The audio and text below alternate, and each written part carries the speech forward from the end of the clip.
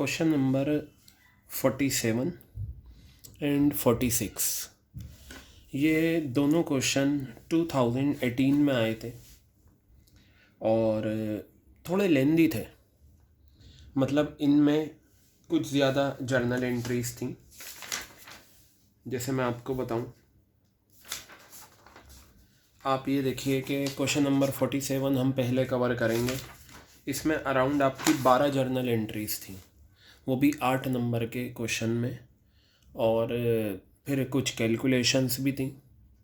No doubt lengthy question था, लेकिन बेटा होता क्या है कि अगर सीबीएसई के जो ये पेपर आता है, अगर कोई क्वेश्चन लेंदी हो जाता है तो उसका कंपनसेशन आपको किसी दूसरे क्वेश्चन में मिल जाता है। मतलब अगर ये लेंदी है तो ज़रूर 2018 में कोई क्वेश्चन ऐसा आया होगा जो 6 नंबर का होगा, लेकिन वो बहुत जल्दी हो गया होगा, तो वहाँ कंपनसेट हो गया होगा।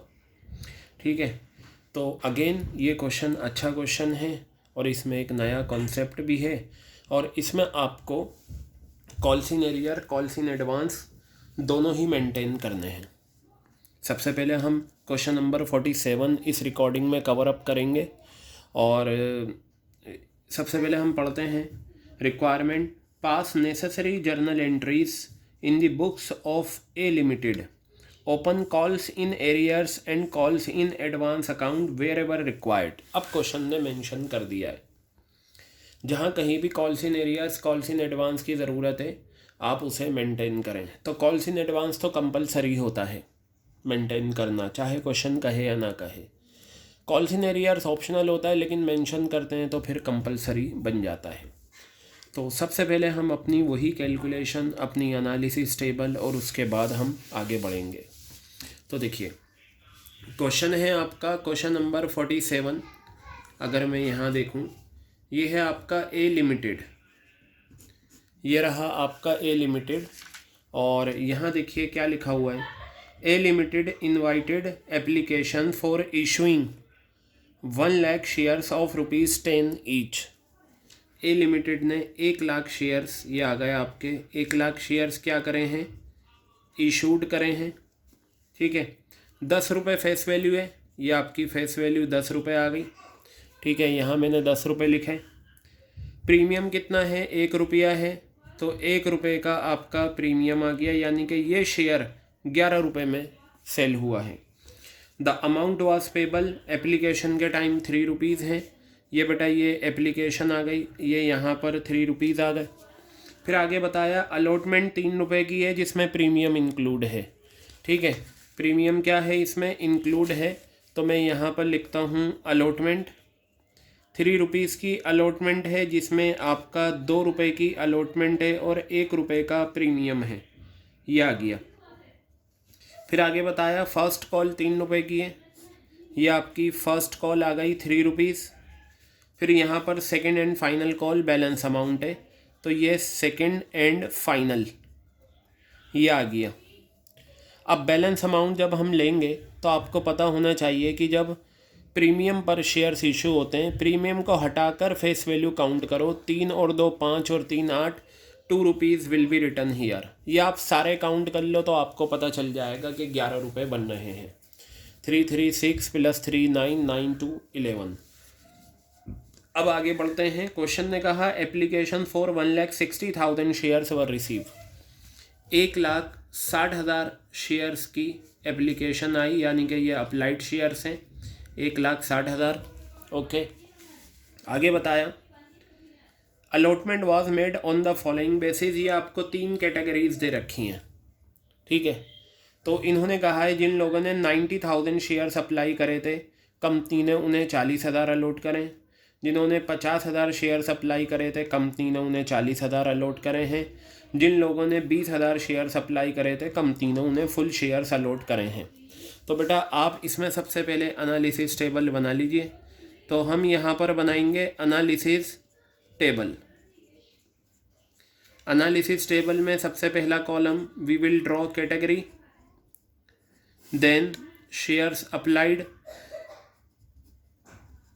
Then shares allotted,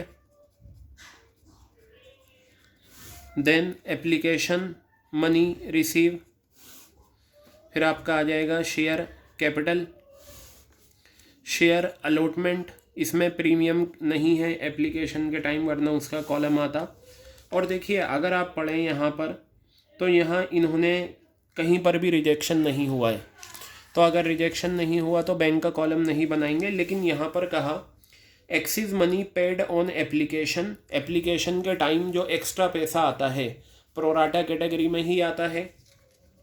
axis money paid on application is to be adjusted against the amount due to allotment and calls, यानी कि अलॉटमेंट के टाइम भी एडजस्ट होगा और कॉल के टाइम भी। तो यानी कि यहाँ आप शेयर फर्स्ट कॉल भी लिख लें, तो ये आपका शेयर फर्स्ट कॉल का कॉलम आ गया। ज़रूरत होगी तो एडजस्ट करेंगे वहाँ तक, अदरवाइज़ नहीं। ठीक है, तो चलिए अब हम यहाँ पर करते हैं। सबसे पहली कैटेगरी है, नंबर दे रखा है इसमें, तो मैं कैटेगरीज़ में नंबर 1 लिखूँगा। यहाँ पर एप्लीकेंट्स फॉर 90,000 शेयर, जिन लोगों ने 90,000 शेयर्स अप्लाई करे, एप्लीकेंट्स का मतलब होता है अप्लाई करने वाले, तो आप यहाँ लिखेंगे 90,000 शेयर्स। और कितने शेयर्स अलॉट करे हैं? 40,000। अब बेटा आप एक काम करेंगे, एप्लीकेशन मनी हमेशा अप्लाइड शेयर्स पर आती है, तो ये 90,000 शेयर्स इंटू 3 कितना आ गया? ये 2,70,000 रुपये। क्लियर है? उसके बाद शेयर कैपिटल में अलॉटेड शेयर्स जाएंगे, ये आपके आ गए 40,000 इंटू 3 कितना आ गया? 1,20,000 ये आ गया।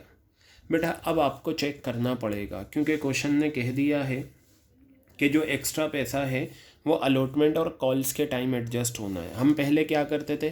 सारा पैसा अलॉटमेंट के टाइम एडजस्ट करते थे। आप मुझे ये बताइए इन दोनों के बीच का डिफरेंस कितना है? एक्सिस मनी जो हमारे पास आ रही है वो कितनी है? 1,50,000 रुपये है या नहीं? हम नॉर्मली क्या करते हैं, दोनों का डिफरेंस लिया, अलॉटमेंट में लिख दिया, यही करते थे। अब ज़रा आप एक चीज़ ये देखिए, आप इस प्रोराटा कैटेगरी पे चेक करिए, इस प्रोराटा कैटेगरीज पर आपको कितने पैसों की ज़रूरत है अलॉटमेंट की। तो मैं यहाँ अलॉटमेंट ड्यू की एंट्री होगी। अलॉटेड शेयर्स हैं 40,000, और ये बताइए एक शेयर पर अलॉटमेंट कितनी है? 3 रुपये, तो ये 1,20,000 हो गए। यानी कि अगर मैं इस कैटेगरी की बात करूं तो मुझे इस कैटेगरी में अलॉटमेंट के लिए 1,20,000 रुपये चाहिए, जबकि मेरे पास एक्स्ट्रा पैसा कितना है? 1.5 लाख रुपये। तो मैं 1.5 लाख जो एक्स्ट्रा है इसमें से 1,20,000 तो दे दूंगा अलॉटमेंट को, तो 1,20,000 आ जाएंगे अलॉटमेंट में। बाकी बचे जो 30,000 हैं वो फर्स्ट कॉल में चले जाएंगे। ये थी बात। ये यहाँ ये कहा है ना, excess money paid on application is to be adjusted against the amount due to allotment and calls. Clear है? हर प्रोराटा कैटेगरी पर आपको चेक करना है। ठीक है। दूसरी जो प्रोराटा कैटेगरी है वो है जिन लोगों ने 50,000 अप्लाई करे थे, कंपनी ने उन्हें 40,000 दिए, तो मैं यहाँ लिखता हूँ 50,000 और इन्हें 40,000। अब देखिए एप्लीकेशन मनी 50,000 शेयर्स पर आ जाएगी, 3 रुपये के हिसाब से ये 1,50,000 आ गया। शेयर कैपिटल में अलॉटेड शेयर्स जाएंगे 40,000 इंटू 3 कितना आ गया? 1,20,000 रुपये। अब बेटा देखिए ये भी प्रोराटा कैटेगरी है, ज़्यादा वालों को कम। एक्स्ट्रा पैसा जो हमारे पास बच रहा है वो कितना है? 30,000। सवाल ये है सारा पैसा अलॉटमेंट के टाइम जाएगा या आगे भी जाएगा? तो मैं आपको समझा देता हूँ। एक्सिस देखिए, ये मेरा एक्सिस है, ये रहा 30,000 रुपये। आप एक काम करो, इस कैटेगरी पे चेक कर लो अलॉटमेंट का बनता कितना है। 40,000 शेयर्स पे 3 रुपये के हिसाब से 1,20,000 बनते हैं। तो पता चला आपको इस कैटेगरी पर अलॉटमेंट का कितना पैसा चाहिए? 1,20,000, जबकि आपके पास एक्स्ट्रा कितना आया हुआ है? 30,000, तो पूरा का पूरा अलॉटमेंट में एडजस्ट होगा ये। तो पता चला कि प्रोराटा कैटेगरीज पर आपको चेक करना होता है ये चीज़ कि अगर प्रोराटा कैटेगरी है और क्वेश्चन ने मेंशन करा है कि अलॉटमेंट के टाइम भी एडजस्ट करना और फर्स्ट कॉल, तो आप इस तरीके से जो एक्सिस पैसा है वो लिखें और ये देख लें अलॉटमेंट कितना बनती है। अगर एक्स्ट्रा पैसा ज़्यादा है तो अलॉटमेंट में उतना एडजस्ट कर दो जितना अलॉटमेंट को चाहिए, बाकी फ़र्स्ट कॉल में। और अगर एक्सिस वो एक्स्ट्रा पैसा यानी कि एक्सिस बराबर या कम है तो सारा अलॉटमेंट में जाता है। ठीक है। तीसरा हम करेंगे, तीसरा पार्ट यहाँ पर तीसरी आपको दे रखी है जिन लोगों ने 20,000 शेयर्स अप्लाई करे थे उन्हें हमने कितना दिया, फुल शेयर्स अलॉट कर दिए। तो 20,000 ये आ गए और ये आपका कितना हो गया, फुल शेयर्स 20,000। बताइए क्लियर हो गई बात ये आपके। तो बेटा अब इधर देखिए, एप्लीकेशन मनी हमेशा अप्लाइड शेयर्स पे आएगी, इंटू 3 कितना आ गया 60,000 रुपये। और शेयर कैपिटल में भी अलॉटेड शेयर्स जाएंगे 20,000 इंटू 3 कितना आ गया 60,000 रुपये। कुछ देखिए, जब फुल सब्सक्रिप्शन होता है तो एडजस्ट नहीं होता पैसा, क्योंकि जो एप्लीकेशन मनी रिसीव आई सारा पैसा इसमें चला गया। अब मैं आपको एक बात ये बताना चाहता हूँ, अगर एनालिसिस टेबल में एक्स्ट्रा पैसा जो आया है, एक्स्ट्रा पैसा क्या होता है, जो एप्लीकेशन मनी आई है शेयर कैपिटल में ट्रांसफ़र करने के बाद जो बीच का डिफरेंस बचता है वो एक्स्ट्रा पैसा हो गया। ये एक्स्ट्रा पैसा सबसे पहले अलॉटमेंट के टाइम एडजस्ट होता है। अगर अलॉटमेंट के टाइम एडजस्ट करने के बाद भी बचता है तो फर्स्ट कॉल के टाइम चला जाता है। और याद रखना, अगर अलॉटमेंट के बाद फर्स्ट कॉल के टाइम जा रहा है तो ये जो फर्स्ट कॉल होती है ये कॉल्स इन एडवांस का कॉलम होता है। क्या होता है ये, कॉल्स इन एडवांस का। तो याद रखना, एनालिसिस टेबल में भी कॉल्स इन एडवांस का कॉलम होता है और वो कॉलम होता है फर्स्ट कॉल का। अलॉटमेंट का नहीं होता। अलॉटमेंट में पैसा एडजस्ट करने के बाद अगर फर्स्ट कॉल में गया तो कॉल्स इन एडवांस लिखा जाएगा। मैंने यहाँ कॉल्स इन एडवांस इस वजह से लिखा है क्योंकि क्वेश्चन की रिक्वायरमेंट थी कि कॉल्स इन एडवांस भी आपको ओपन करना है जहाँ भी ज़रूरत है। तो चलिए अब हम करते हैं, यहाँ पर हमें ज़रूरत है तो हम इसके कॉलम को सबसे पहले क्लोज़ करते हैं। देखिए ये कितना आ जाएगा आपका 1,60,000। टोटल अप्लाइड आपके 61 थे, 61 ये आ गया। और ये 1,00,000 रुपये आपका अलॉटेड शेयर्स आ गया। Do the total of this side, 2,70,000, 1,50,000, 3,70,000, 4,20,000, 4,80,000 will be the amount here. 1,20,000, 1,20,000, 240, 240 और 60, 3,00,000 rupees. Got it? 1,20,000, 30, 1,50,000 and this one 30,000। तो अब आप एक काम करा करें, analysis table whether you have made correctly और नॉट, तो you have to check application money receive के राइट पर जितने भी कॉलम बने हैं उन सब का टोटल किसके बराबर होना चाहिए, एप्लीकेशन मनी जो हमारे आ रहा है। अब हम क्या करते हैं, with the help of analysis table we can pass 2 journal entries of application. Clear है, एप्लीकेशन की 2 जर्नल एंट्रीज हम कर सकते हैं। तो सबसे पहले करते हैं bank account debit to equity share application account. बेटा मैं अगेन आपको बता रहा हूँ, ये क्वेश्चन लेंदी था, 12 एंट्रीज इसमें आई थी, तो आपकी इससे अच्छी प्रैक्टिस बनेगी। एंट्रीज़ जितनी भी पूछी जाए आपको करनी होंगी, जो भी क्वेश्चन आपके सामने आए। तो ये एंट्री है एप्लीकेशन मनी रिसीव की, तो ये आपका 4,80,000 रुपये आ गया और ये 4,80,000 रुपये ये आ गया। अब आप इसके बाद एंट्री करेंगे equity share application account debit, equity share application account debit ये आ गया। और क्रेडिट करा करो एप्लीकेशन मनी रिसीव के राइट पर जितने कॉलम बने हैं। तो 3 कॉलम बने, शेयर कैपिटल का, शेयर अलॉटमेंट और कॉल्स इन एडवांस का। तो मैं यहाँ पर लिखूँगा आपके सामने, ठीक है। यहाँ पर ये आ गया। देखिए इक्विटी आपने लिख दिया, यहाँ मेंशन नहीं था, यहाँ सिर्फ शेयर्स मेंशन है, तो आप शेयर कैपिटल भी लिख सकते हैं। याद रखना, अगर क्वेश्चन में इक्विटी मेंशन करे तो इक्विटी लगाते हुए जाना, और अगर इक्विटी मेंशन ना करे सिर्फ शेयर्स लिख रखा है तो आप सिर्फ शेयर्स कर देना। तो यहाँ पर मैं इसे काट कर bank account debit to share application, फिर share application to share capital ये आ गया, to share allotment, to share capital, to share allotment, to share first call, to share first call. First call नहीं लिखूंगा मैं, कॉल्स इन एडवांस लिखूंगा, क्योंकि आपको पता है क्वेश्चन ने कहा है कॉल्स इन एडवांस। तो याद रखना, calls in advance analysis table में अगर फर्स्ट कॉल के टाइम एडजस्ट हुआ है पैसा वो होता है। तो ये आपका ये तो एज इट इज़ आ जाएगा 4,80,000। शेयर कैपिटल में कितना जाएगा 3,00,000 रुपीज़, ये आ गया। अलॉटमेंट का कितना जाएगा 1,50,000 रुपये ये आ गया, और फर्स्ट कॉल का कितना जाएगा 30,000 रुपये ये आ गया। ठीक है, अब आप क्या करें, अलॉटमेंट को ड्यू करें, तो करते हैं अलॉटमेंट को due. Share allotment account debit, share allotment account debit to share capital to securities premium reserve. बेटा क्योंकि इस क्वेश्चन में सिक्योरिटीज़ प्रीमियम रिज़र्व है अलॉटमेंट के टाइम, तो इस वजह से मैं लिखूँगा to securities premium reserve. This one will be the journal entry. आपको पता है एप्लीकेशन मनी रिसीव को छोड़कर बाकी जितनी भी एंट्रीज़ होती हैं सब की सब इशूड शेयर्स पे होती हैं। तो हमारे इशूड शेयर्स कितने हैं 1 लाख, तो मैंने यहाँ लिखा 1 लाख, और एक शेयर पे अलॉटमेंट कितना है 3 रुपीज़, तो ये मेरा आ गया 3 लाख रुपए, आ गया 3 लाख रुपए।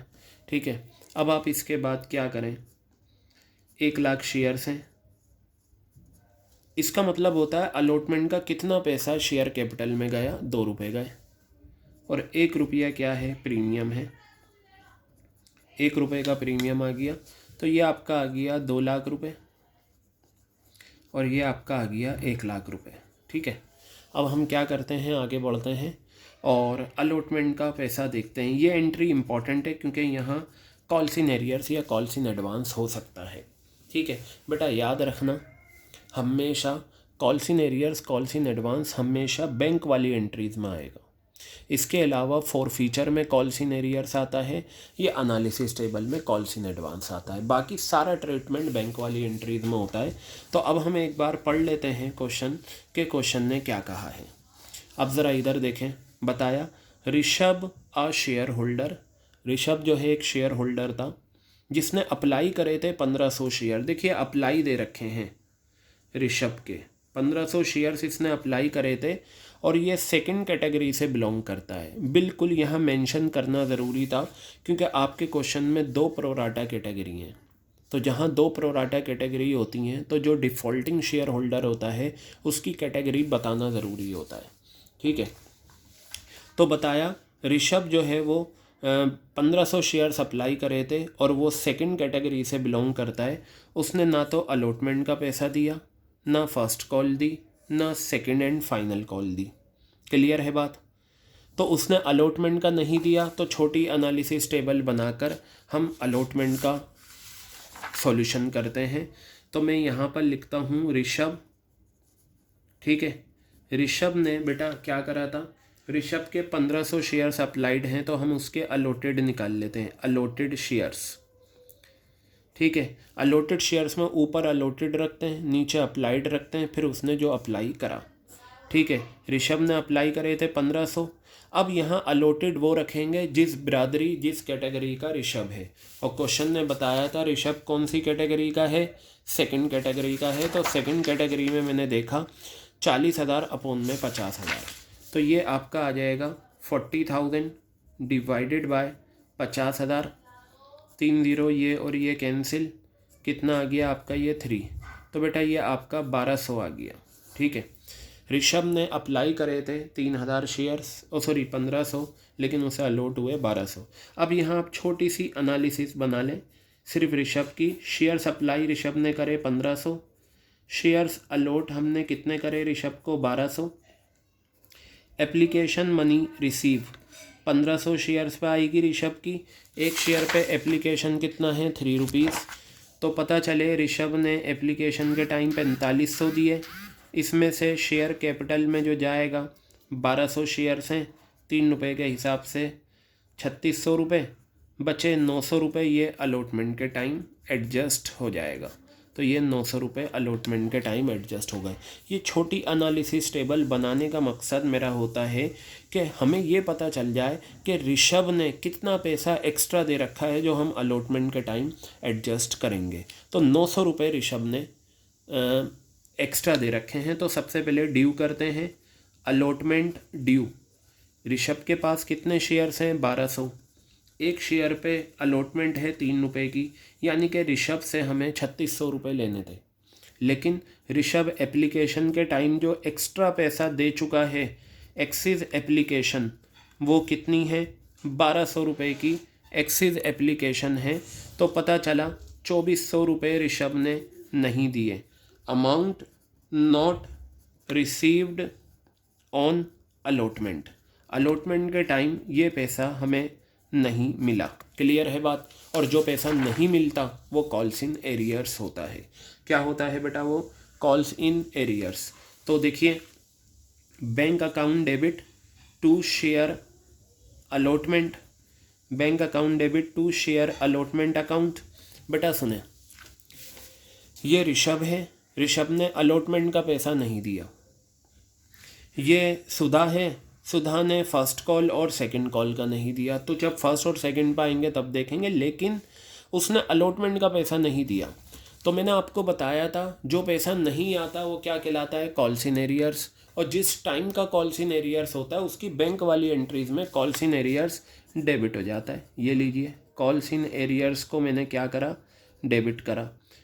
अब इधर देखिए, सबसे पहले बैंक का कितना पैसा हमारे पास आया।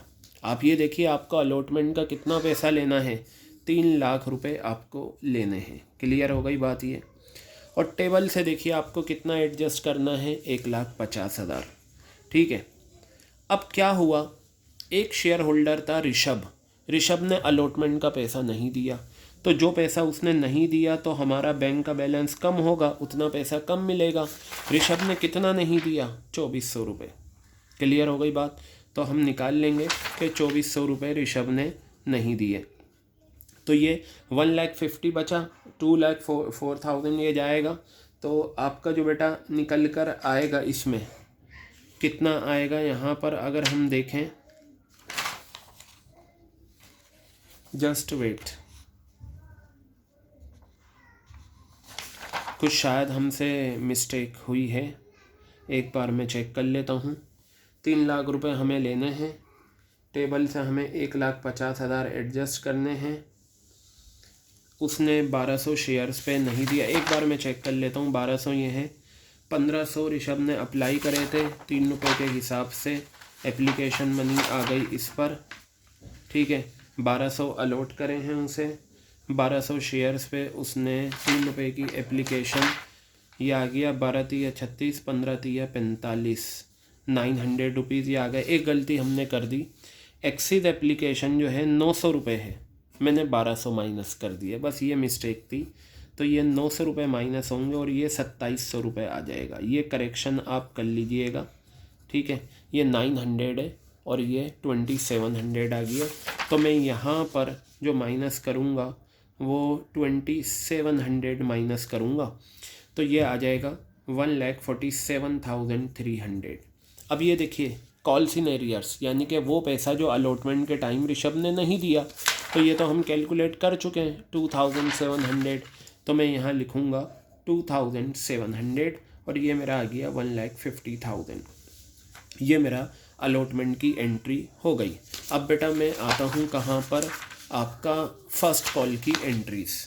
तो फर्स्ट कॉल को सबसे पहले ड्यू कर लो। देखिए, किसी भी क्वेश्चन में अगर कॉल्स इन एरियर्स या कॉल्स इन एडवांस है तो आपको ड्यू वाली एंट्रीज़ में तो कुछ करना नहीं, वो तो वैसी ही चलेंगी जैसी होती आई हैं।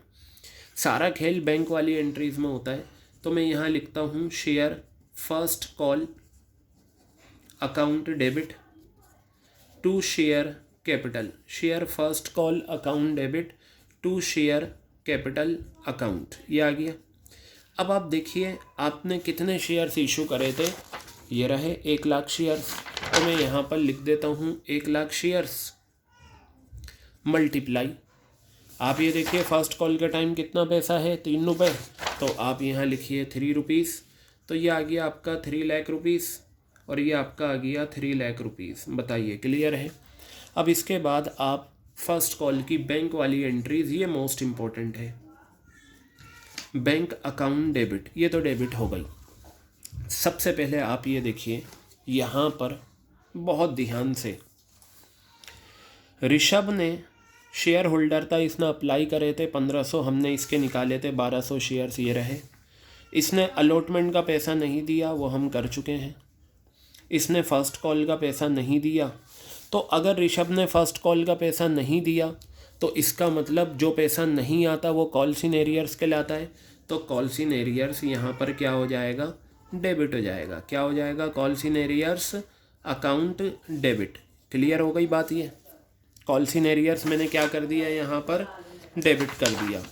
ठीक है, अब ज़रा आप ध्यान से सुने। एक और शेयर होल्डर था, यहाँ पर आप देखें, एनदर शेयर होल्डर सुधा, उसने अप्लाई करे थे 1800 शेयर्स और वो पहली कैटेगरी से बिलोंग करता है। उसने फर्स्ट कॉल का पैसा नहीं दिया। तो अगर ऋषभ ने भी सुधा ने भी फर्स्ट कॉल का नहीं दिया, तो जो उसने फर्स्ट कॉल का नहीं दिया वो भी कॉल्स इन एरियर से, तो कॉल्स इन एरियर डेबिट हो जाएगा। यानी कि यहाँ पर दोनों का अमाउंट आ जाएगा, ऋषभ का भी आ जाएगा और सुधा का भी आ जाएगा, दोनों का मिलाकर लिख देंगे हम। क्लियर हो गई बात ये? और ये आ गया आपका शेयर फर्स्ट कॉल, ये आ गया शेयर फर्स्ट कॉल। अब ज़रा एक चीज़ सुनिए, ये आपने एनालिसिस टेबल बनाई थी, यहाँ पर आपने क्या करा था? कॉल्स इन एडवांस लिखा था और ये कॉल्स इन एडवांस यहाँ पर आया था। ये जो कॉल्स इन एडवांस था ये हमें कहाँ एडजस्ट करना था? फर्स्ट कॉल के टाइम। यानी कि जब हम फर्स्ट कॉल का पैसा मंगाएंगे, ये फर्स्ट कॉल का पैसा आने की एंट्री है, यानी कि जब हम फर्स्ट कॉल का पैसा मंगाएंगे तो इतना पैसा हम कम कर देंगे बैंक में से, क्योंकि इतना ऑलरेडी आ चुका था, हमें एडजस्ट करना है। तो जब कॉल्स इन एडवांस हमने यहाँ क्रेडिट करा था, तो यहाँ कॉल्स इन एडवांस क्या हो जाएगा? डेबिट होकर कैंसिल हो जाएगा। क्या हो जाएगा? डेबिट होकर कैंसिल, कॉल्स इन एडवांस। ये अमाउंट आप ज़रूर लिख सकते हैं यहाँ पर, और ये अमाउंट है कितना? 30,000 रुपये, ये आ गया। चलिए अब हम एक काम करते हैं, एंट्रीज़ के अमाउंट लिखना शुरू करते हैं, लेकिन पहले सुने मेरी बात। यहाँ कहा है सुधा जिसने अप्लाई करे थे, सुधा के अप्लाई दे रखे हैं, इसके अलॉटेड निकाल लो, क्योंकि जो माइनस होता है ना, जो पैसा नहीं आया वो अलॉटेड शेयर्स पे होता है, ना कि अप्लाइड। तो अगर इसके आपको 1800 शेयर दे रखे हैं अलॉटेड, अप्लाइड, तो अलॉटेड निकाल लो बिल्कुल इसी तरीके से। तो मैं यही फार्मूला लगा देता हूँ, यहाँ मैं लिखता हूँ सुधा, और सुधा के अलॉटेड निकालने। तो बेटा अलॉटेड निकालने के लिए ऊपर अलॉटेड रखिए, नीचे अप्लाइड रखिए। कैटेगरी देख लीजिए कौन सी है इसकी, पहली कैटेगरी है, ये लिखा हुआ है। तो पहली कैटेगरीज में अलॉटेड है 40 और अप्लाइड है 90। तो मैं यहाँ पर लिखता हूँ 40,000 शेयर्स और यहाँ लिखता हूँ 90,000 और मल्टीप्लाई कर देते हैं अप्लाइड, जो इसने अप्लाई करे थे 1800, 4040 ये गए, ये आपका 200 आ गया। तो ये आपका 800 अलॉटेड शेयर्स आ गए। सुधा के कितने शेयर्स आ गए? 800। उसने 1800 अप्लाई करे थे, लेकिन उसके कितना आ गए? ये अलॉटेड 800 शेयर्स आ गए। तो अब हम एक काम करते हैं, यहाँ पर ये अच्छा क्वेश्चन था, इसमें हमें सुधा की भी छोटी एनालिसिस टेबल बनानी पड़ सकती है। तो देखते हैं, यहाँ पर ये एरो मैंने ऊपर बना दिया। यहाँ शेयर्स अप्लाइड कितने हैं? 1800 शेयर्स अप्लाइड थे। शेयर्स अलॉट करे इसे कितने? 800। Application money receive 1800 shares into 3, क्योंकि एप्लीकेशन 3 रुपीज़ की है, 5400 आ गया ये। फिर उसके बाद शेयर कैपिटल में हमेशा अलॉटेड शेयर्स 800 इंटू 3 कितना आ गया बेटा? ये 2400 आ गया। क्लियर है? अब हम ये लेते हैं शेयर अलॉटमेंट। क्या लेते हैं हम यहाँ? Share allotment. बेटा एक चीज़ ध्यान से सुनिए, इस क्वेश्चन में जो मैंने ये एक्सिस अलॉटमेंट करा था ना, पहली बार ऐसा क्वेश्चन आया है जिसमें यहाँ हमें ये फील हो सकता है। आप ये देखिए दोनों का एक्सिस अमाउंट कितना है? 3000 रुपये है। 3000। मुझे ये देखना है क्या ये सारा एक्सिस अलॉटमेंट के टाइम होगा या आगे भी जाएगा। तो अगर मैं देखूं 800 शेयर्स अलॉटेड हैं, मैं अलॉटमेंट ड्यू निकाल लेता हूं, यहाँ कितनी बनती है अलॉटमेंट ड्यू? 800 शेयर्स हैं सुधा के और एक शेयर पे अलॉटमेंट कितनी है? 3 रुपये की। तो बेटा ये 3 रुपये आ गए, 2400 ये आपके आ गए। पता चला जो एक्सिस पैसा है 3000 रुपये, यहाँ पर हमें इस कैटेगरी पे अलॉटमेंट के लिए कितना चाहिए? 2400। तो मैं 3000 में से मैक्सिमम कितना दे सकता हूँ अलॉटमेंट को? 2400 रुपये यहाँ लिख दिया। तो पता चला ये जो अमाउंट आपका फर्स्ट कॉल का आया है, ठीक है, ये कितना आ गया आपका 600 ये फिगर। और अगर ये यहाँ आता है तो ये भी क्या होता है, कॉल्स इन एडवांस होता है। क्या होता है ये, कॉल्स इन एडवांस। ठीक है, फर्स्ट कॉल के टाइम इतना पैसा ये है, इसे हटा दो क्योंकि हम ये माइनस करेंगे, उसने पैसा नहीं दिया। तो अगर आप देखें ऋषभ वाले में फ़र्स्ट कॉल के टाइम एडजस्ट नहीं हुआ था। क्यों? क्योंकि जो एक्स्ट्रा पैसा था वो सारा का सारा यहाँ एडजस्ट हो गया। क्लियर है बात ये। अब आप यहाँ पर ऐसे ही जैसे ये अलॉटमेंट का ड्यू करके निकाला है, सुधा का फर्स्ट कॉल का निकालना है, तो मैं यहाँ लिखता हूँ फर्स्ट कॉल ड्यू। कितने शेयर्स मिले हैं 800, और एक शेयर पे फर्स्ट कॉल कितनी है 3 रुपीज़। तो बेटा ये 3 रुपीज़ की फ़र्स्ट कॉल आपकी 2400 रुपये की आ गई। इसमें से आप माइनस कर दें एक्सिस, ये जो एक्सिस था इसे हमें एडजस्ट करना था 600 रुपये, तो पता चला उसने 1800 रुपये फ़र्स्ट कॉल के टाइम नहीं दिए। First call not received, first call not received. Clear है, 1800 रुपये उसने नहीं दिए। तो ये आपका हो जाएगा फर्स्ट कॉल 3 रुपीज़ के 3600 और 1800, बिल्कुल सही है। देखिए अब इस एंट्री में आते हैं, थोड़ा लेंदी क्वेश्चन है, मैंने आपको बताया है, लेकिन ये आपके काफ़ी कॉन्सेप्ट क्लियर करेगा। ठीक है, ये एंट्री है फर्स्ट कॉल वाली। ये कॉल सिनेरियर वो पैसा जो नहीं आया, ऋषभ ने भी पैसा नहीं दिया और सुधा ने भी नहीं दिया। तो लिखते हैं ऋषभ ने फर्स्ट कॉल का 1200 शेयर्स ऋषभ के हैं, और एक शेयर पे फर्स्ट कॉल कितने की बनती है 3 रुपये की। तो मैं यहाँ लिख देता हूँ 3 रुपीज़, ये आपका ऋषभ का आ गया। ठीक है, और फिर मैं ऐड कर देता हूँ सुधा ने ये पैसा नहीं दिया, जो नहीं आया वो कॉल सिनेरियर से 1800 रुपये ये आ गए। क्लियर है, तो ये 3600 और 1800 5400 रुपये ये आ गए आपके 5400 रुपये। क्लियर हो गई बात। अब मैं ये बैंक वाला लिखता हूँ। आप ये बताइए आपको फ़र्स्ट कॉल का कितना पैसा लेना है, 3 लाख रुपए लेने हैं जी। ठीक है, लेकिन बड़ी एनालिसिस टेबल में जो एक्स्ट्रा पैसा हमें एडजस्ट करना था 30,000 रुपये, ये माइनस हो जाएगा क्योंकि ये ऑलरेडी पहले आ चुका है 30,000। ठीक है, ये कॉल्स इन एडवांस वाला मैंने माइनस कर दिया। अब ये बताइए ये दोनों पैसे ही नहीं आए ना, ऋषभ ने फर्स्ट कॉल का दिया तो नहीं दिया, तो उतना पैसा आपको मिलेगा नहीं, 3600 रुपये ये आ गए, और माइनस कर दीजिए 1800 रुपये जो उसने नहीं दिए। तो अब आप इसे कैलकुलेट करके निकाल लें। तो ये 2,70,000 हो गया, 2,67,000, 2,66,000, 2,65,000, 200, 2,64,000 मैं माइनस करके बता देता हूँ, ये आपका आ जाएगा 2,70,000। इसमें से आप माइनस कर दें 5,400, तो बेटा ये आपका आंसर आ रहा है 2,64,600 ये आ गया। और इन सब का टोटल अगर मैं करूं तो मेरा आ जाएगा पूरा 3 लाख रुपए। बहुत इंपॉर्टेंट एंट्री थी, ठीक है, और काफ़ी समझने वाली थी। तो ये आपकी फ़र्स्ट कॉल की एंट्री हो गई। क्लियर है। अब सेकंड कॉल को ड्यू करते हैं। क्वेश्चन लेंदी है, 12 जर्नल एंट्रीज हैं। तो सेकंड कॉल को अगर मैं ड्यू करूं, मैं अगेन आपको बता रहा हूं, अगर आप calls in arrears calls in advance वाला क्वेश्चन करते हैं तो ये जो ड्यू वाली एंट्रीज होती हैं इनमें calls in arrear calls in advance का कुछ नहीं होता, सिर्फ बैंक वाली एंट्रीज में होता है। To share capital, share second and final call account debit to share capital account due करते हैं। कितने शेयर्स हैं? 1 लाख। तो 1 लाख शेयर्स ये आपके आ गए, और एक शेयर पे सेकंड कॉल कितने की है? 2 रुपये की है। तो मैं यहाँ लिखता हूँ 2 रुपये।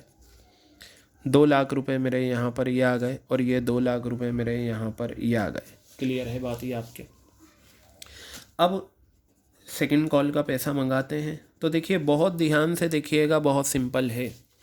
क्वेश्चन ने कहा था ऋषभ ने सेकंड कॉल का पैसा नहीं दिया, सुधा ने भी सेकंड कॉल का पैसा नहीं दिया, और आपको पता है अगर कोई पैसा नहीं आता तो वो कॉल्स इन एरियर्स कहलाता है।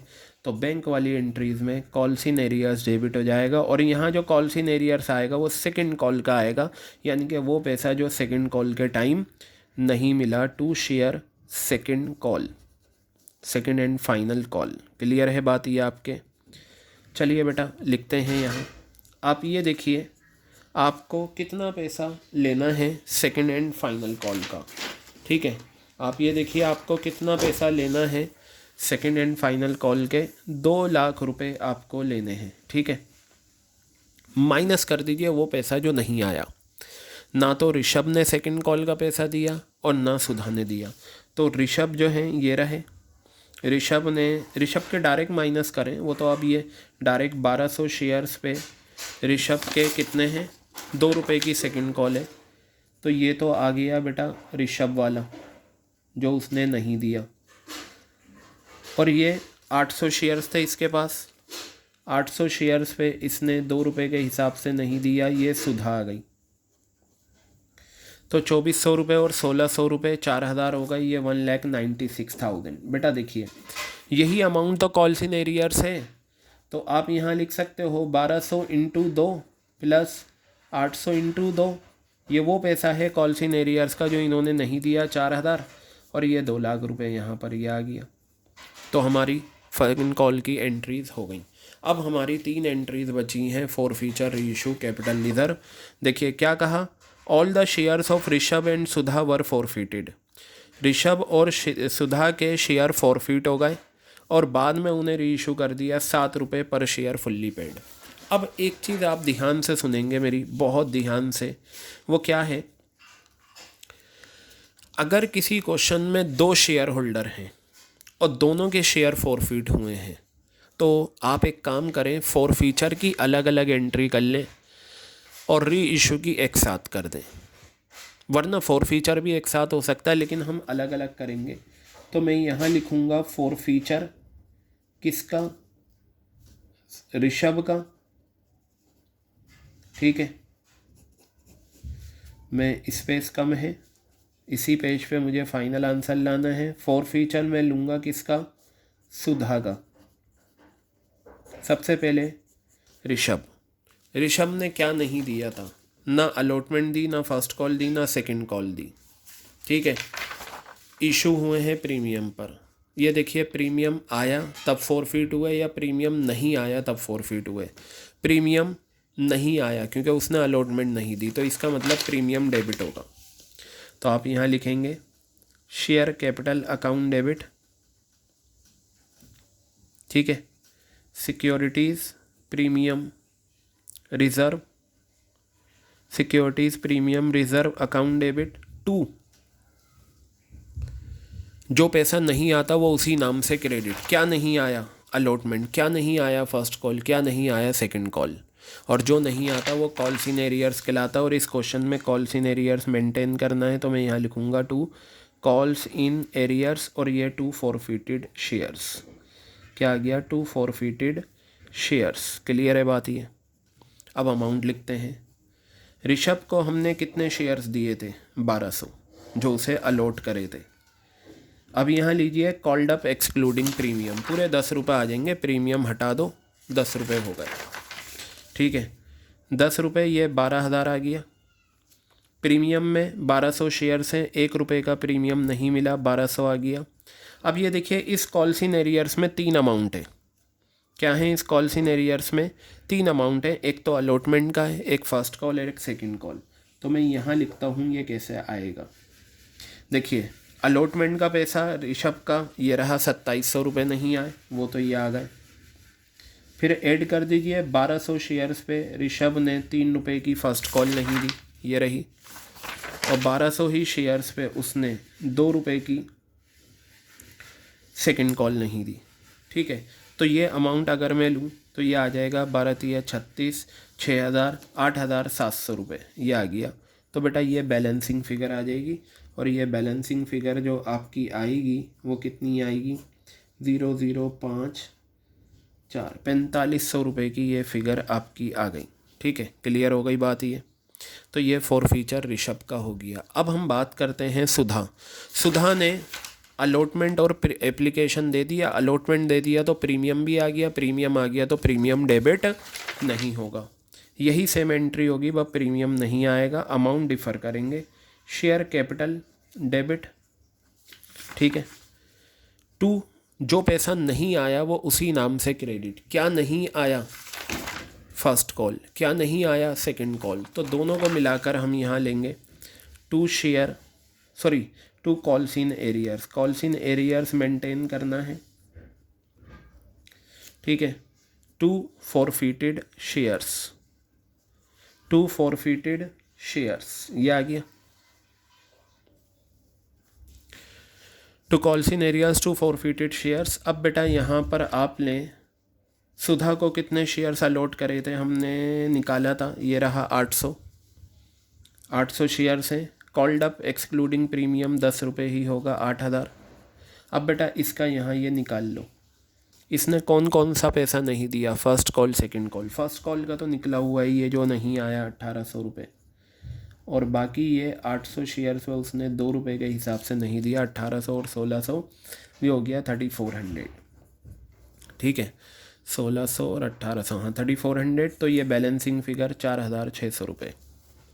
तो मैंने ये अलग अलग एंट्री कर ली। अब हम री इशू एक साथ कर देते हैं, बताया। एंड वर री इशूड 7 रुपये पर शेयर फुल्ली पेड। अगर फुल्ली पेड लिखा हुआ है तो इसका मतलब फेस वैल्यू से कंपेयर करना है। 10 वाला 7 रुपये में हुआ, 3 रुपये का नुकसान है। तो मैं यहाँ लिखता हूँ bank account debit, forfeited shares account debit, forfeited shares debit, to share capital. दोनों के शेयर क्या हुए हैं, री इशू। क्या कहा, देखिए ध्यान से। All the shares of Rishabh and Sudha were forfeited and were subsequently री इशूड। तो आप ये लीजिए, 1200 शेयर्स इसके हैं, 800 इसके हैं, 2000 शेयर्स हमारे री इशू हुए। री इशू प्राइस 7 रुपये है, 14,000 आ गया।